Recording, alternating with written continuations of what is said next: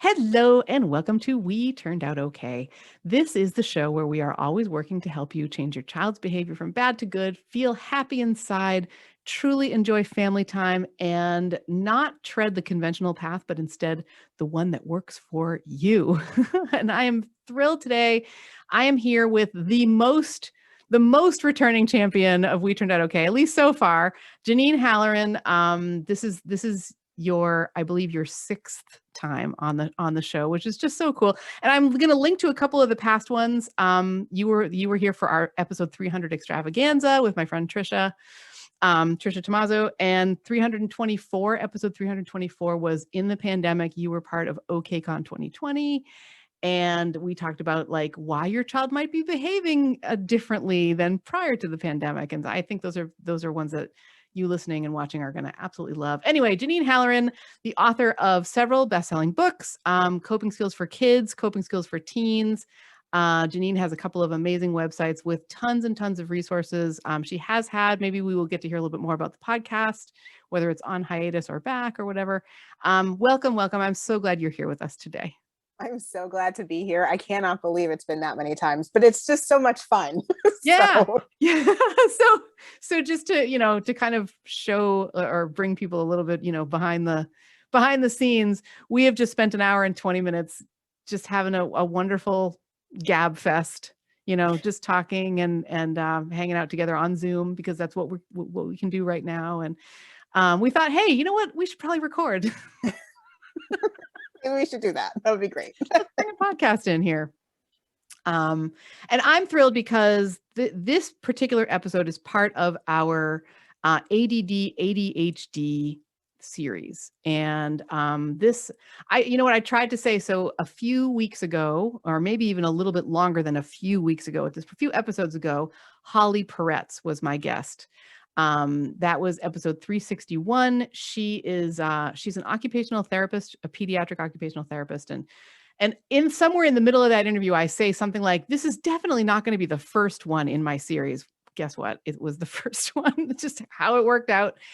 And so I'm tempted to try and like determine what order this will be in, but I really have no idea. So it will be part of this, and I'm really honored and excited that you would bring us your expertise in ADD and ADHD.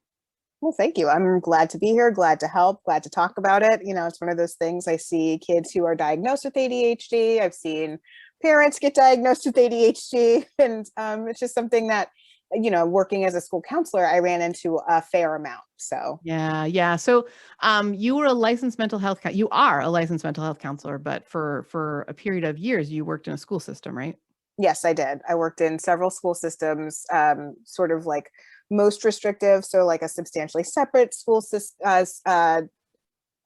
classroom, substantially separate school, but then also in more typical school settings as the school counselor for like middle school and elementary school. Okay. So help me understand what that means. Like does that mean that you were a sort of resource room counselor who worked with a specific group of kids, or? So it's so interesting because being a school counselor and what your role is depends on where you are working. Mm-hmm. So when I was working in substantially separate, in that substantially separate school, I was assigned several kids to my caseload, and I would do individual therapy, family therapy, and also group therapy. Okay. Yeah. So I did all of that. Like I would actually go to their houses and we would work on family therapy goals, and I would do individual meetings with the children, and then do like groups on certain topics like managing your anger, managing your anxiety. And also sort of the same kind of thing when I worked in a substantially separate classroom. So I was the school counselor. There was a teacher and an assistant teacher. And so I would see all the kids individually, and I would see them in small groups. So that was basically my schedule. And anytime I wasn't in group, I was in the class as support. So I saw a lot of behaviors. I saw a lot of things that were happening, trying to de-escalate a lot. That felt like the majority of my job. It was doing therapy and then de-escalation. All the time. Yeah, it was a lot. It was a lot. Why? I mean, I feel like this brings up a broader topic for me, but I guess maybe I do want to keep it a little bit narrow at the moment. Like, Mhm. why how did it get to the point where the de-escalation was needed? If that makes any sense. Oh, so these are kids who were placed out of their home school districts because of behaviors, because of challenges in being able to maintain in a regular, typical setting. So it wasn't Mhm. surprising that we were Okay. seeing a lot of escalating behaviors, especially, the place where I worked for the first, like, early part of my career. I worked with the kids who still lived at home, but there was a whole big part of the program where kids actually stayed there Um, and were educated there. So okay. these are kids who are really struggling with a lot of behaviors and a lot of emotions and a lot of trauma. There was a lot of stuff going on. So the de-escalation was not surprising to me. Okay. It was So- not surprising to me. And I would say, as I worked in like more typical school settings as the school counselor, I would do de-escalation, but I would also deal with, like drama because somebody talked about somebody behind somebody's back in middle school. You know what I mean? Or somebody had a fight at the playground in elementary school. So when I was working in those settings, it wasn't there was definitely still de-escalation, but it didn't feel as constant. Mm, mm. Well, what's really interesting to me about that is I started this series on ADD and ADHD because I discovered a tremendous bias within myself, a bias against um, basically against medication, almost a bias against believing that someone would like I I feel so bad even saying that. Like I came from a world of like, well, we're not diagnosing literally anything, including things like autism or whatever, until a child is at least 5 years old. And then I would be working with assistant teachers, for example, maybe people who are a little bit less educated, who would be like, oh, that kid's definitely got ADHD. And you're like, or actually at the time it was called hyperactivity. I mean, that's how long ago this was. We're talking like 20 years ago now. And so what became kind of ingrained in me was this idea of like, you know, it's not a real thing. Like you probably don't have it. Like here's some coping strategies. Here's some ways to change up your parenting. Here are some things you can do because this is all behavioral and not really, a diagnosable thing. And it was sort of where my bias came from. And it's interesting because when you were talking about needing to de-escalate kids, and I almost felt the same bias of like, oh, we shouldn't be separating, like until I really understood what you were talking about. Like we shouldn't be separating these kids or singling them out. We shouldn't be, making a big deal of this. Instead, we should be sort of trying to bring them in and get them more activity and get them more things like that. And so I feel really I feel really bad even sort of using these words because I think someone listening who's got a child with ADHD might be like, "What the hell? Like you're not living my experience."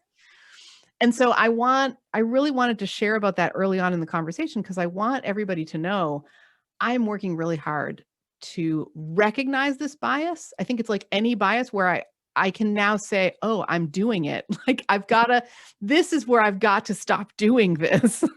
Like this is the point at which I need to ask or clarify or try to put myself in somebody else's shoes. That's hard. It is. It's really hard. And I think, there are things it feels is parenting is so challenging, right? And there's so many different like aspects, and you always feel like somebody is going to judge you for making a decision about something, right? Or making a decision about whether or not to medicate your child. I have seen medication work amazingly well for some families. I really have. Like it changes their lives. They're able to do the things like the kid feels better. And I think that's for me, Mhm. that's really what I care the most about. How does the child feel about it? Do they feel like, oh, I can finally sit down and do the things that I want to do? you know? Yeah. And I feel better about how I am in the world. If that helps, fantastic. But it's so interesting because as a school counselor, as school personnel, you're not supposed to say to parents, oh, your child has ADHD, so you should put them on medication. Like that's not cool. Like you Mhm. shouldn't say that, right? Mhm. But I know that there are some places where they like really say, oh, maybe it makes sense to like really medicate maybe you should, this is something that you might want to explore, which is fine. But the thing is, every parent in every family can say no. You still have to figure out a way to help support that child, whether or not their family chooses medication. And that is a family by family decision. And sometimes some families are very opposed. And I specifically remember sitting in, it was either an IEP or a 504 meeting, and a parent was like, I'm absolutely never exploring medication. We're never doing it. And I was like, okay, cool. So let's figure out what we need to do. Let's find some other ways. So, and as I think about it, I think part of this bias on my part has to do with the fact that one of Max's teachers, when my 20-year-old was 6, basically intimated that he should be evaluated for ADD, which is more of a lack of focus without a hyperactive kind of part of it. And I was like, that's BS. Like, I didn't say that to her, but my sense was like, the problem isn't my kid. The problem is the environment. And that really did turn out to be true. We changed the environment and he thrived and he continues to thrive. So like, I think in my own personal life, I've experienced one avenue of this, or one trajectory. And it's just hard for me to envision others, which is why I'm doing this. I'm so excited to talk with people who have other life experiences and other perspectives on this. So, So, I guess I think about ADD and I think about ADHD, and I wonder if you have experience with both, or if you have, thoughts on differences. Like if a parent is worrying about this, is there a way to kind of crystallize some of those terms, So it's interesting because I think that distinction has sort of they've been combined, and I think into the same diagnosis. So I think for DSM-5, it's ADHD, and then so you can say it's inattentive type, or you can say it's the hyperactive type. Oh, interesting. Okay. Right. But it's so interesting because you speak of is it an attention issue, or is it the environment? And I think a lot of people are struggling with that. And I do wonder about, like, there is this huge increase of a diagnosis in ADHD. And it rose like 41% over a span of time. But, and it depends on where you look. So like, if you look at the CDC numbers, they're like half of I can't remember what the other one is. I used to have these numbers on the top of my head, but it depends on where you look, and it depends on what state you live in. So some states have much higher rates of ADHD, and I don't think that there are more kids with ADHD living there. I think there's something maybe in the environments of the school, or what the sensitivity of how people look at it. So like Kentucky's rates were outrageous, like at 10.7% up to like 18.7%. Wow. So right. Almost doubling. Right. Whereas like a state like California, it started at like 5.3% and only went up to 7.3%. Wow. Isn't that interesting? I'm curious. Is right. And so I the reason why I sort of have these numbers at the top of my head is because I speak about ADHD when I give my day-long presentations about coping skills. And the thing that I always say is, it's just something interesting to keep in the back of your mind when you're dealing with kids with ADHD, especially if they are move-ins, is what was that environment like? And what was what were their observable behaviors like? And what did people sort of trying to figure out what it is? Like, what was the label that they decided to put there? So it's fascinating to me just to think about that, especially with the difference in the rates. You would think that it would be sort of consistent, but it's really not. Well, and I kind of want to dig a little deeper here, because I guess what I'm wondering is, in your estimation, is a diagnosis life-changing? And if so, is it in a good way or in a bad way? Like, how much of this is my sort of like anti, like my old biases speaking to me, and how much of it is reality? It seems like if you're in a state where you have, twice the chance of being diagnosed in the first place, what is that going to mean for your development and your upbringing and your ultimately, your adult life, your adulthood?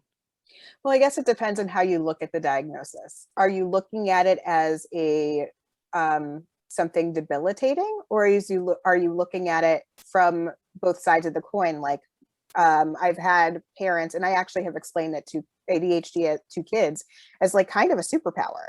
So Mm, it's really interesting for those kids who are diagnosed with ADHD. And like, I've seen some incredibly flexible brains, some ways of building and exploring and looking at things in ways that other kids don't see. And that's powerful. Their wow. creativity, their novelty seeking in a way, Yeah. Yeah. their ability to hyper focus when interested in something, that is very helpful. It's really Wow. helpful.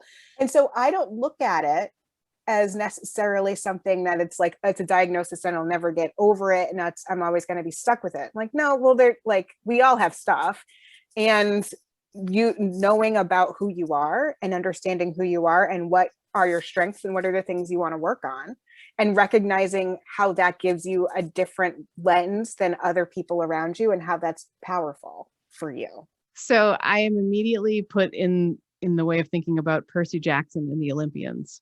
Yes.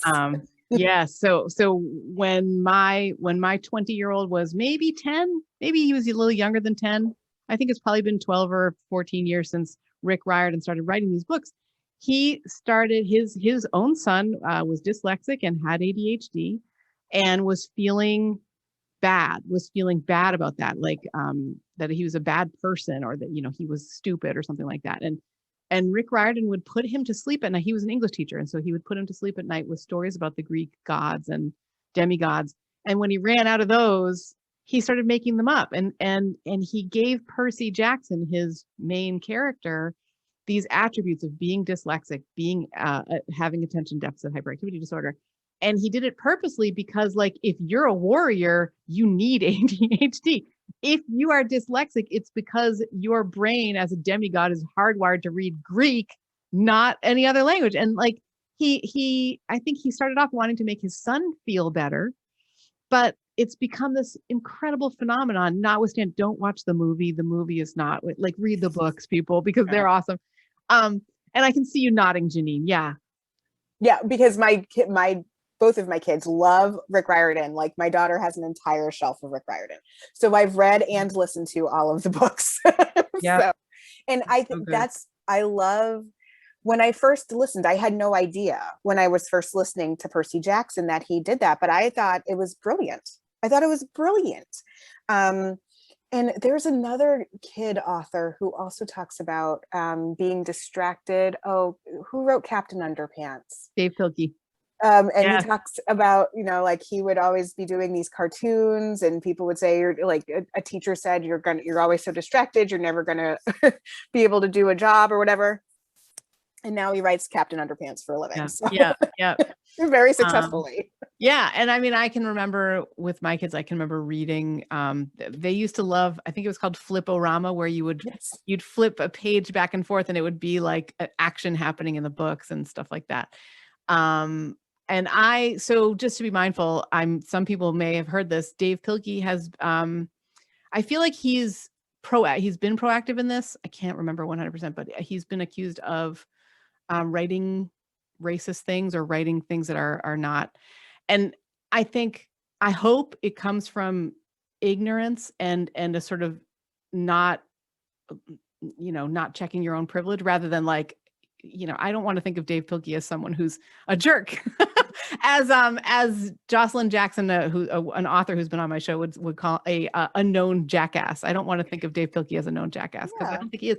I think what he did, and if I can find this, I will just make sure to put this in the notes because I want people to be informed. But if I can find the article that I read about it, I will post about it. But my sense in reading it was, here is a person who's acknowledging a mistake and is learning from it. And that's why I still, I still feel that I can love him. I can love his work. Yeah. And just remembering doing fliporama, especially if you're a child and a lot of the world is judging you or feels like I, have recently confessed a feeling, which is like, this is, maybe this is a bad thing, like a diagnosis of this. And to have you, Janine, to have authors being able to write and say like, this is actually special. This is a superpower. This is cool. Yeah. That's neat. Yeah. I think there's something powerful about that. I remember I have worked with a child, and the first time we sat down, we talked about all these famous people who have this, what you might call like a disability. So like the Daniel Radcliffe, he has a hard time tying his shoes, and yeah, like if there's it's something that he struggles with, and Wow, it's I didn't know. yeah. And I went through, and the diver, the swimmer, who I can't remember right now. Gosh, all these names are Joe is the only one I can think of. Joe? no. Like an Olympic diver? Yeah, no, a swimmer. Yeah, and a swimmer. What's his name? Oh gosh. I can see him. Mine, I like the ones I remember are the Olympiads. I remember are skiers, not.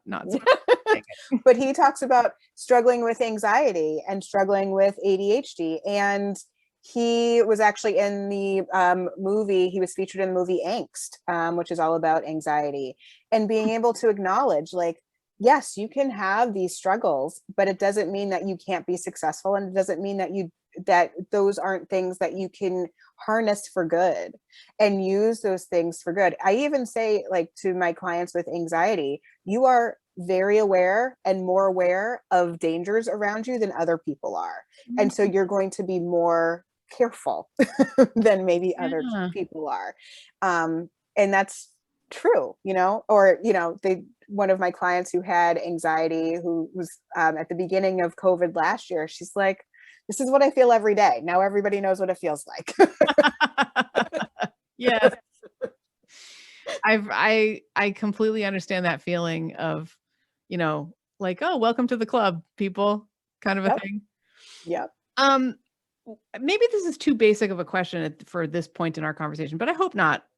Can we talk a little bit about factors that show up in ADHD, whether it's the attention or whether it's the hyperactive side? Like what are we talking about when we talk about these I don't want to call them disorders, these neurodivergences? Right. Basically, so it's, really having a hard time being able to pay attention to close details or focus or hold attention on things. It seems like they're not listening a lot of times. And so that can be very frustrating actually for a parent or a teacher when it feels like somebody isn't listening to you. Organizational skills can be really a challenge, like making sure that they get all of their stuff in their backpack and to the bus and then home and on the table to do the homework.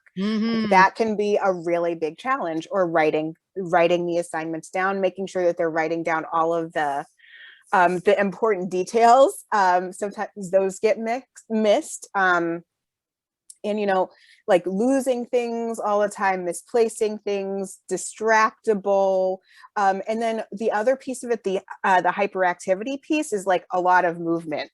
There's a lot of I think the expression is like as if your motor is running, all like you're constantly like revving a motor, like just a lot of movement, and like hard to like just sit and focus. And I mean, I think that's hard for a lot of people. And I think that's where it gets a little bit hard to tease out. Like I think, expect our little ones to sit for too long in school.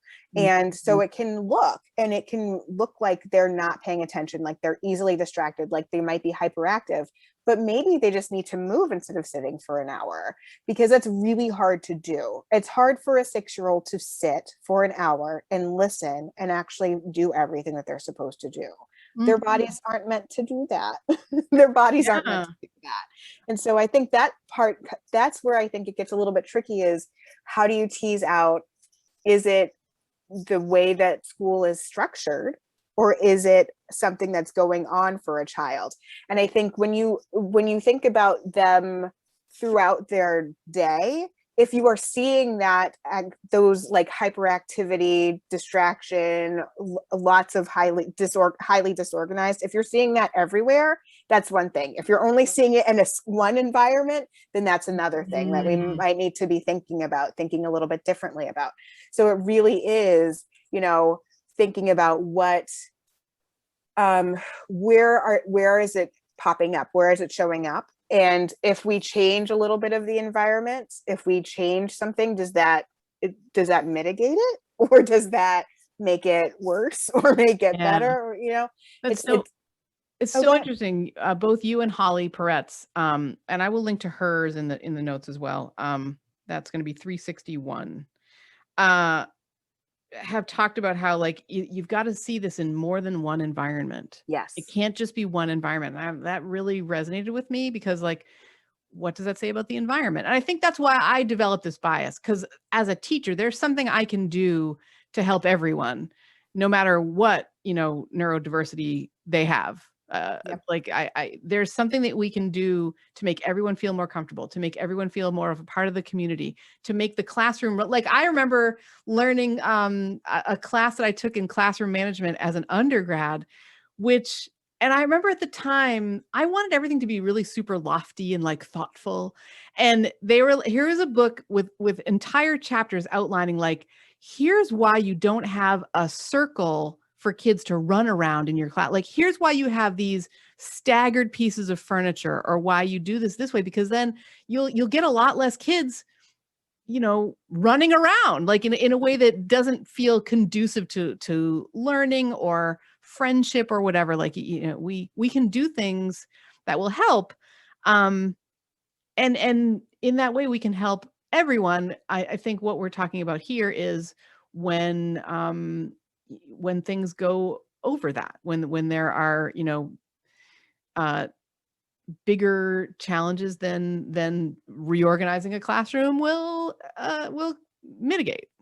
Right. Absolutely. And it really has to impact how they are functioning in those places. It's one thing if it's something that is a struggle versus something that is really impacting their ability to learn, their ability to connect with other people, their ability to have friends, their ability to socialize with other people. How much does it impact that? Mm-hmm. If it's very impactful, then we need to be looking at what we can do to really support them. And what does that look like? Does that mean a different school environment? Does that mean medication? Does that mean therapy? What does that look like? Yeah. How can you support them? So what's really interesting, just before we got on the call, or just before we hit record, you were talking about how a lot of times a kid will get diagnosed and then a parent will find out that they also have ADHD. Which I always think is so interesting to sort of watch that evolution for a family member to realize, and it's actually happened a fair amount that it's been the moms. So they didn't realize, but they had, picked work environments that allowed for them to have some novelty and to be involved in always, and like it gave them joy, and they figured it out, right? Yep. They figured out their strategies, and they found a job that allowed for them to work best.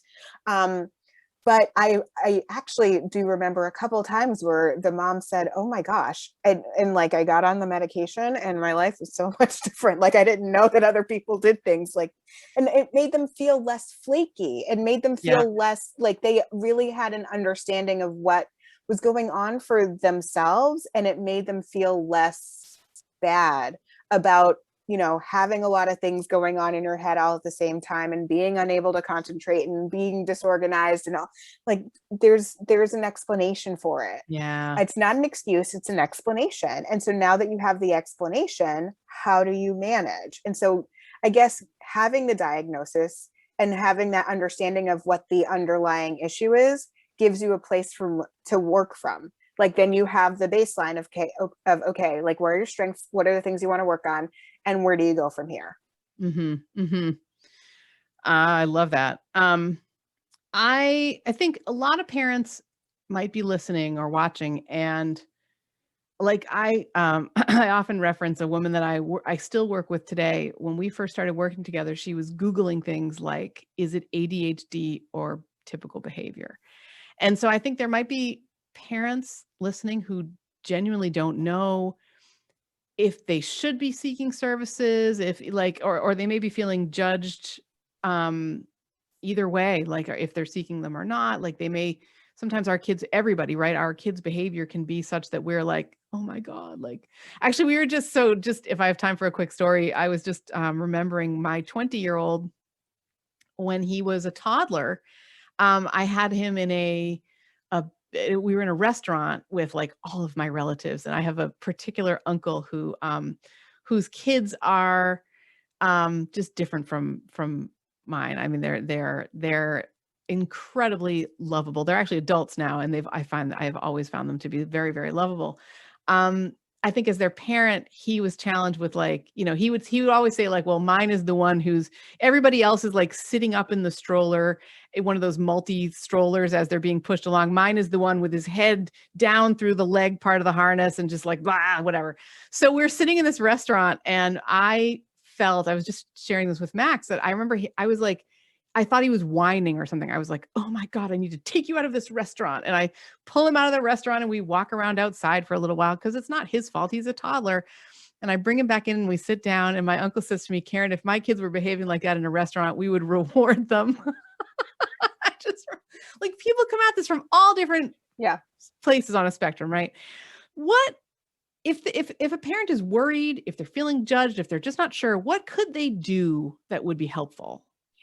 I would say if they could, I know this sounds kind of weird, but I would say start tracking what you're seeing so that you actually have some data. So, because it's one thing I find as a parent, I especially find this as a parent, like the most recent thing feels like the biggest thing and feels like super long, right? But if you can have like data on, this is what happened then, and this is what started it, and this is how it was solved, and this is how long it lasted, so you can get a little bit more understanding of what exactly are the things that you are seeing, so that you can be informed when you go and talk to the pediatrician, and when you go and talk to the teacher and say, this is what I'm seeing at home, I'd love to hear what you're seeing at school. And so then to get and asking a coach or asking anybody else that sort of sees them, any like a religious education person or somebody like a Girl Scout or a Boy Scout troop leader, like who are the people that see your child, and get information from all of them so that you can have a really clear picture of what's going on. And, if you're at the soccer lines, like paying attention to what the sidelines, paying attention to what it looks like and what they're doing and what other kids may or may not be doing. And is their behavior like super outside of the norm, or are they all a little wiggly jiggly? Because they all are a little wiggly jiggly. Yeah. Yeah. We always had, one of ours was always sort of fighting Pokemon up in the middle of the goal, there. And I remember being so reassured when you'd see other kids wander off the field and climb into their parents' laps. And I was like, yep. Okay. Right, exactly. But it's that multiple environment piece that I think is really important. And I think the most important person you can talk to is an educator who sees your child on a day-to-day basis, because they can give you information. And kids will act differently at school than they do at home. It is just, that's sometimes what happens. And sometimes it's quote unquote better at school, and sometimes it's quote unquote better at home. And you just, to get that information and to understand what the teacher is seeing. And then, reach out to the pediatrician and start talking and just saying, these are the things that we're seeing in all these different places. And where do we go from here? And then some schools, I believe, can do some like rating scales to look at ADHD and see if they meet the criteria. I think pediatricians can also look at that. You can talk to a psychologist. There's lots of people who can do the rating scales, but you actually do have to do the parents have to do one and the teachers have to do one. So you have to talk to people to get this information, to understand exactly what is going on, and then go from there. And I love this idea because it's very concrete. It takes whatever you might be feeling and sets it aside and says, okay, we're looking at actual facts, and to be able to step out on that path, knowing that like, this doesn't mean like, I think what I often do is catastrophize. So I will worry, oh my God, I'm going to ask the doctor about this and my kid's going to need an operation or something, right? Like that's where I go. But if you can restrict yourself from doing that and instead say like, we are setting out to find out. We're on, there's a song, On the Road to Find Out. And I feel like that's kind of where we are with this, Yeah, absolutely. It's sort of, I always like to think of it as like, we're pulling the team together so we can support this child and help them be raised in the best way possible. So what's going to be most beneficial for, first of all the adults to sort of be talking, and talking to the kid too, if they're big enough to really have the conversation. Yep. And then to be able to move on and try and figure out, okay, what's going to be most helpful, what's going to be most beneficial for this child, because that's really what we want, right? Yeah. Like we want our kids to be able to figure it out. We don't want to see them like hurt or having, it's hard to watch if they are really unable to connect with people or not able to do any, like get the knowledge that they need from school. Yeah. But to try and help them figure out what we can do to support them so that they can do those things, because we can see that, you know what I mean? We can help them do those things. Yeah. Yes. So good. All right. Our time is very short. I've got one last question that I think I'd like to go out on. We've talked a lot about what parents can do, what they can look for, what they sort of should be, the lines that they're thinking should be going along. Is there anything that someone who's concerned about ADHD or who has a child with ADHD in their life, is there anything they should avoid doing? Oh gosh. There's that balance of like scheduling, because scheduling is really great for kids with ADHD. They really can do really well with that. But sometimes if it gets too packed, it feels a little bit too overwhelming. So to be able to help them with their like downtime, to learn how to structure their downtime. I know that sounds kind of a weird thing, but like making sure that they have some time for open-ended play. I feel like I always say that on your show, Karen. Well, I mean, that's like, what is it in my absolute heart? So if we're making time for open-ended play, is there anything we should be looking for? Like with kids with ADHD, how could that look different? Is it, do you see what I mean? Yeah. So I think the thing is, kids with ADHD tend to really gravitate towards video games. Like it feeds their brain. And if you can avoid having them do only screen time, if they can have some time where they are building, where they are like using Legos, where they are outside playing basketball, where they're using their bike, where it's not always video games, because I know they gravitate towards it. They love it. Their brains are like, thanks. Finally, it's the stimulation I need, right? Right, exactly. Their brains love it. But they can do so many cool things. Their brains work so differently and they see things so differently, to be able to tap into that, to make sure that they are being exposed to, making sure that they can build things, Connects and Legos and Kiva blocks, and just moving outside and getting their body movement in. And that's really going to be great for them too, because it gets some of that excess energy out, hopefully and then maybe a little bit easier to go to sleep, Mm-hmm.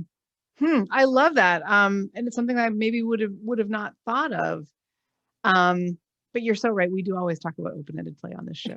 It's such an important, I think it's how people find out what they like. It's how they see what resonates. I think even as adults, to have open-ended play in our lives, however that might look, is important and cool. And the next time I see you in person, my hope is that I will be wearing the pair of socks that I'm almost done with knitting. Oh my gosh, you're amazing. I've knitted them at the same time on the same needle. And they each have a spiraling like a piece that goes opposite of each other. Oh my God, they're the craziest. They're the coolest. If I'm done with them by the time we put this out, I will put a picture of them in the notes here. But Janine, when I see you next in person, I'm going to be wearing them, so you can check them Oh my goodness. See, it is. And that's the thing. Like adults need downtime too. Adults need time to play. And there's a spark, there's a joy that happens when we are able to do that for ourselves. And it doesn't have to be like, you don't have to sit down and play Candyland. That's what I always No, say that. exactly. Oh my gosh. If you don't want to play Candyland, don't play Candyland. Yep, open-ended play matters for us as well, and I love going out on this idea of open-ended play. I think it comes into like pretty much everything humans learn through open-ended play and Yeah. connect, and yeah, I love that. Janine, it's been such a pleasure to have you on today. Thank you so much for being on our show for the 6th time. Well, thanks for inviting me back.